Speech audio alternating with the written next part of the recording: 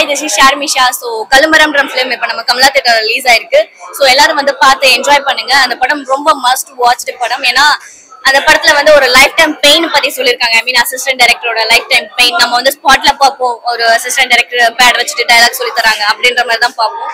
But ஆனா இதுல அப்படி கிடையாது. அதுக்கு அந்த ஸ்பாட்டுக்கு வரதுக்கு எவ்வளவு கஷ்டப்படுறாங்க, அந்த ஸ்பாட்ல இருந்து ஒரு டைரக்டரா ஒரு படத்தை கிரியேட் பண்றதுக்கு எவ்வளவு வலி இருக்கு, எவ்வளவு அவமானப்படுறாங்க, எல்லாத்தையும் ரொம்ப தெளிவா சொல்லிருக்காரு. சோ இந்த படம் மஸ்ட் வாட்ச். எல்லாம் என்ஜாய் பண்ணி பாருங்க, சப்போர்ட் பண்ணுங்க. ஒரு காமெடி ஆக்டர் டைரக்டரா மாதிரி இருக்கிறது கண்டிப்பா ஒரு சப்போர்ட் பண்ண வேண்டிய ஒரு விஷயம். சோ கண்டிப்பா சப்போர்ட் பண்றது உங்களோட சப்போர்ட்ஸ்ல தான் எல்லாமே இருக்கு. அவருக்கு சப்போர்ட் பண்ணி இந்த படத்துக்கு ஒரு நல்ல ரிவ்யூஸ் கொடுங்க. Thank you so much. டைரக்டரான் போது ஃபர்ஸ்ட் டைரக்டருக்கு எப்படியும் ஒரு டென்ஷன் அண்ட் ப்ரெஷர் இருக்கும். இஸ் சோ காம், ரொம்ப காமா இருந்து நல்ல ஒரு ஆர்டிஸ்ட் போது அந்த டென்ஷன் அவங்களுக்கு காட்டாம எதுவுமே பண்ணாம ப்ரெஷர் ஏத்தாம ஒரு வேலை எப்படி வாங்கணும்ன்ற நேரம் நல்லா தெரிஞ்சிருக்கு. அவருக்கு நல்லா ஒர்க் பண்ணாரு ஸ்பாட்ல. படத்துல ஸ்டோரி தான் ஹீரோ, ஸ்டோரி தான் ஹீரோ, ஸ்டோரி தான் heroine, everything is story. Song பண்ணிருக்கேன். சாங் ஐ மீன் சார் ரொம்ப ஐ மீன் சாங் வந்து நல்லா இருக்கும். அம்மா சாங் ஒன்று இருக்கு, அந்த சாங் ரொம்ப ரொம்ப நல்லா இருக்கும். என்ஜாய் பண்ணுங்க.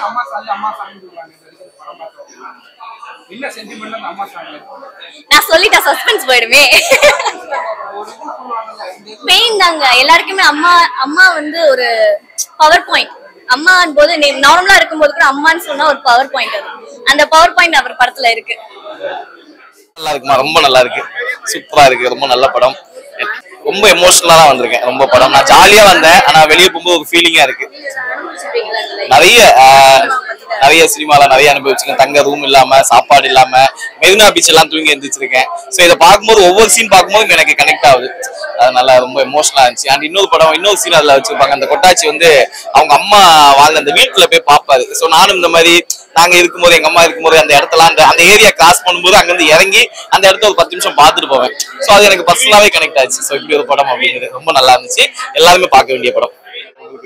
நிறைய பத்திரிகைகளை படிச்சா கூட, நிறைய படங்கள் சம்பந்தமா வந்திருந்தால் கூட, அத்தனை படங்களுக்கும் முத்தாய்ப்பா ஒரு உதவி இயக்குனருடைய வழியை அருமையாக சொன்ன ஒரே படம் வந்து கல்மரமா எனக்கு ஃபீல் ஆகுது.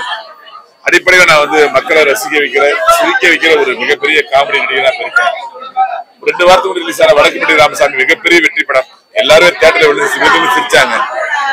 அந்த சமயத்துல கூட நான் வந்து என்னுடைய நண்பர் கொட்டாச்சி அவர்களுக்கு பாண்டிச்சேரியில பழைய ஸ்டைல்ல மாட்டு வண்டியில பிரச்சாரம் பண்ணி கல்லுமரம் ஜெயிக்கிறதுக்காக நான் பண்ணேன். அதுக்கு காரணம் நான் அடிப்படையில ஒரு உதவி இயக்குனர் ஜாதி, ஒரு உதவி இயக்குனர் வழிய என்னுடைய நண்பர் கொட்டாச்சி சொன்னதுனால இதை செய்யலாம்னு சொல்லிதான் அந்த மாட்டு வண்டி பிரச்சாரத்தை நான் பண்ணேன். உண்மையிலேயே நேத்து பண்ணி இந்த படத்தை பார்க்கும்போது அடடா ஒரு அற்புதமான படத்துக்கு தான் நம்ம விளம்பரம் பண்ணியிருக்கோம் அப்படிங்கிற மன திருப்தி இருக்கு. இந்த படம் கொட்டாச்சி அண்ணமன் என்று வரல, அத்தனை உதவி இயக்குனருக்கும் சமர்ப்பணமா இந்த படத்தை அவர் பண்ணியிருக்காரு. இந்த படம் ஒரு மிக முக்கியமான படமா தமிழ் இண்டஸ்ட்ரியில இருக்கும்.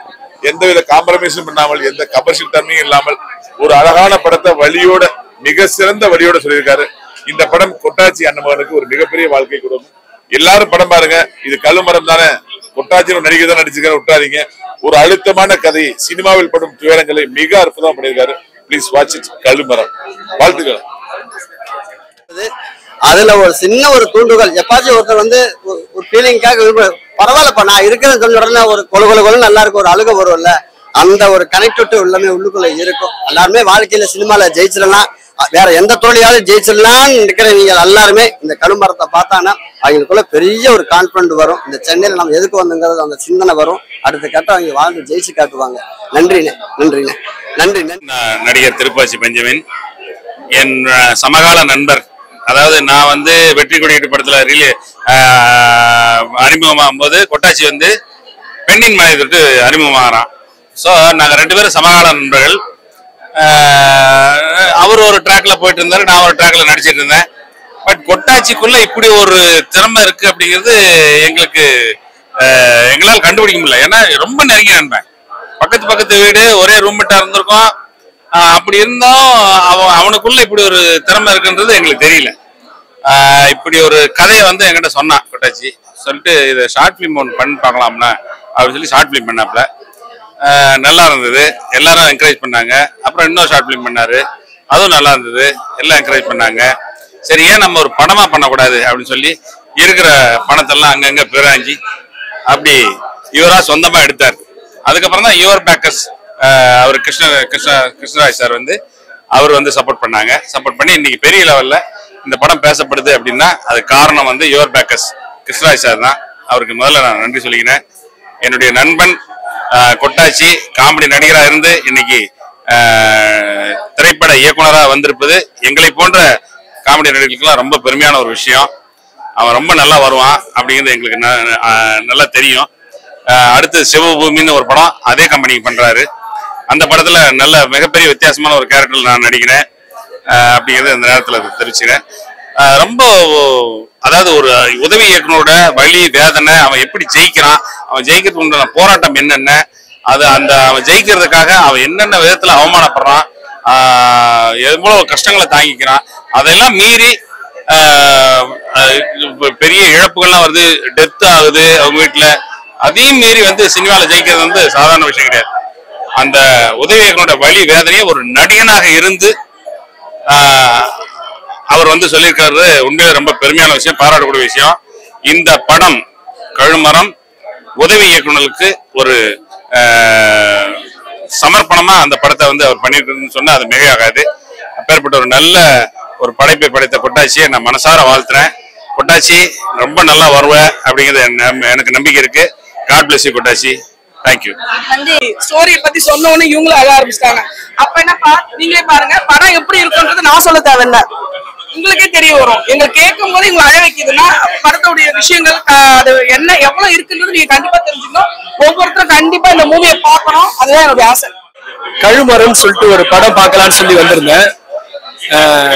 ரொம்ப வருஷத்துக்கு அப்புறம் ஒரு நல்ல தமிழ் படம் பார்த்த ஒரு திருப்தி சந்தோஷம் இந்த படத்துல இருந்தது. நம்ம கொட்டாஞ்சி வந்து காமெடியா நிறைய பார்த்திருக்கோம், ஒரு விஷயம் எல்லாம் படம் எல்லாம் பார்த்திருக்கோம். ஆனா இதுல ஒரு பெரிய ஆழமான ஒரு கதாபாத்திரத்தை எடுத்து இதுல நடிச்சிருக்காரு. உண்மையிலே அவ்வளோ இந்த அளவுக்கு கொட்டாச்சி நடிப்பாரான்னு கூட தெரியல, அவ்வளவு பிரமாதமா நடிச்சிருக்காரு. ரொம்ப சந்தோஷமா இருக்கு. இந்த படம் வந்து தமிழ்நாடு அரசு விருது வாங்குற அளவுக்கு கூட ஒரு நல்ல சப்ஜெக்ட், அதுக்கு ஒரு வாய்ப்பு இருக்குன்னு நம்புறோம். உண்மையிலே ரொம்ப சந்தோஷமா இருக்கு இந்த படம் பார்த்தது. படக்குழுவினர் அனைவருக்கும் என்னுடைய மனமார்ந்த வாழ்த்துக்களை தெரிவித்துக் கொள்கிறேன். இந்த படம் யோ பேக்கர்ஸ்னா என்னன்னு ஃபர்ஸ்ட் சொல்லிடுறோம். உங்கள் ஆதரவாளர்கள், உங்களுக்கு பின்னால் நாங்கள். அதாவது யாருக்கெல்லாம் என்ன பிரச்சனை வருதோ அந்த இடத்துல வந்து அந்த பிரச்சனைகளுக்கு வந்து ஒரு சொல்யூஷன் கொடுக்கறதுக்காக தான் நாங்கள் வருவோம். ஸோ நானே என் பார்ட்னர் லெனின் கழுமரம் படம் இது வந்து பார்த்தீங்கன்னா முதல்ல வந்து நம்ம கொட்டாச்சி வந்து பாண்டிச்சேரியில வந்து நம்ம கிட்ட வந்து கதை சொன்னாரு. அந்த கதையில வந்து பாத்தீங்கன்னா அவர் கதை சொல்றப்பவே வந்து பாத்தீங்கன்னா அழ வச்சுட்டாரு. ஏன்னா அவர் வாழ்க்கையில நடந்த உண்மையான விஷயங்களை வந்து என்னென்ன விஷயங்கள் வந்து அவர் அனுபவிச்சாரு. அதை தவிர்த்து வந்து இன்னைக்கு சினிமாவில் வந்து பாத்தீங்கன்னா இந்த துணை இயக்குனர்கள், அங்க நடிகர்கள் எல்லாருமே வந்து வாய்ப்புகளை தேடி எவ்வளவு விதமான வலிகளை வேதனைகளை அனுபவிச்சிருக்காங்க, பசி பட்டியமா எப்படி இருக்காங்க, அண்ட் ஃபேமிலி எல்லாம் வந்து அவங்க விட்டுட்டு வந்து எவ்வளவு கஷ்டத்தெல்லாம் வந்து அனுபவிச்சிருக்காங்க எல்லாம் கொட்டாச்சி வந்து சொன்னாரு. உண்மையாவே அதெல்லாம் கேட்கறப்ப மனசு வந்து எப்படி இப்படிலாம் இருக்காங்க அப்படிங்கிறது தெரியல. வாழ்க்கையில வந்து எல்லாருக்குமே கஷ்டங்கள் வரும், நம்மளும் கஷ்டங்கள் எல்லாம் கடந்துதான் இந்த இடத்துல வந்திருக்கோம். பட் சினிமா துறை அதுவும் இந்த பர்டிகுலரா அந்த உதவி இயக்குநர்கள் சாப்பாடு கூட இல்லாம வெறும் தண்ணியை மட்டும் குடிச்சிட்டு ரோட்ல கேரா பிளாட்ஃபார்ம்ல வந்து படுத்துக்கிட்டு இந்த மாதிரி எல்லாம் இருக்காங்க அப்படின்லாம் சொல்றப்பெல்லாம் ரொம்ப வேதனையா இருக்குது. அதை பேஸ் பண்ணி நாங்க கண்டென்ட் படம் எடுக்கிறோம் சார் அப்படின்னாரு. சரி நீங்க கண்டிப்பா எடுங்க கொட்டாச்சு, அது உங்களுக்கு என்ன சப்போர்ட் பண்ணுமோ நாங்க பண்றோம் அப்படின்னு சொல்லியிருந்தோம். அதுக்கப்புறம் வந்து நாங்களும் வந்து படம் சினிமா இண்டஸ்ட்ரியில வந்து பாக்குறப்ப நிறைய சேலஞ்சஸ் ஃபேஸ் பண்ணிட்டு இருந்தோம். ஸோ அப்பதான் ஒரு பிளான் வந்தது எங்களுக்கும். சரி ஒரு ஓடிடி பிளாட்ஃபார்ம் வந்து நம்மளே ஸ்டார்ட் பண்ணிடலாம். நான் பெரிய படங்கள் இருக்குன்னா அந்த பெரிய படங்களுக்கான கேட் பாஸ் வந்து இமீடியட்டா ஓப்பன் ஆகுது, எங்க போனாலும் அந்த ரெகக்னேஷன் கிடைக்குது. இப்போ ஒரு பெரிய ஆர்டிஸ்ட் இருக்காங்கன்னா பெரிய ஆர்டிஸ்ட் வேல்யூ அப்படின்னாக்கா மட்டும் லைக் எல்லா இடத்துலயுமே வந்து இமீடியட்டா ரெகனைஸ் ஆகுது.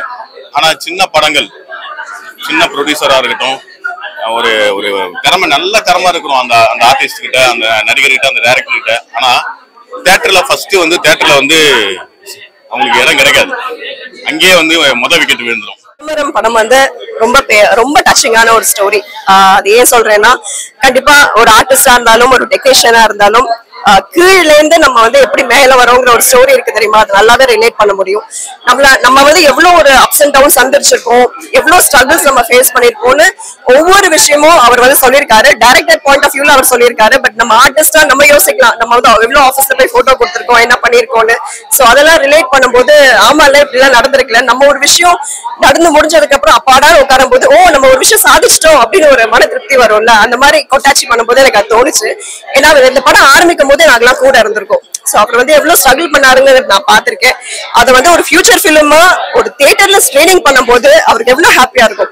அது சின்ன படமோ பெரிய படமோ, படம் ரிலீஸ் பண்ணிட்டாருல, அது எவ்வளவு ஒரு பெரிய விஷயம். So good luck to Kottachi and your bakers team.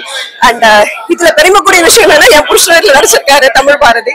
So இங்க நடிக்கணும்னு தான் ஆசைப்பட்டு அவர் ஆரம்பத்துல இருந்து வந்தது. ஆனா அவர் டைரக்ஷன்ல ப்ரூவ் பண்ணிட்டாரு, நிறைய சீரியல்ஸ் பண்ணிருக்காரு. சோ இப்போ வந்து நடிகரா ஆடி எடுத்து வச்சிருக்காரு. I wish him all the best and all the best Kazhumaran. Thank you.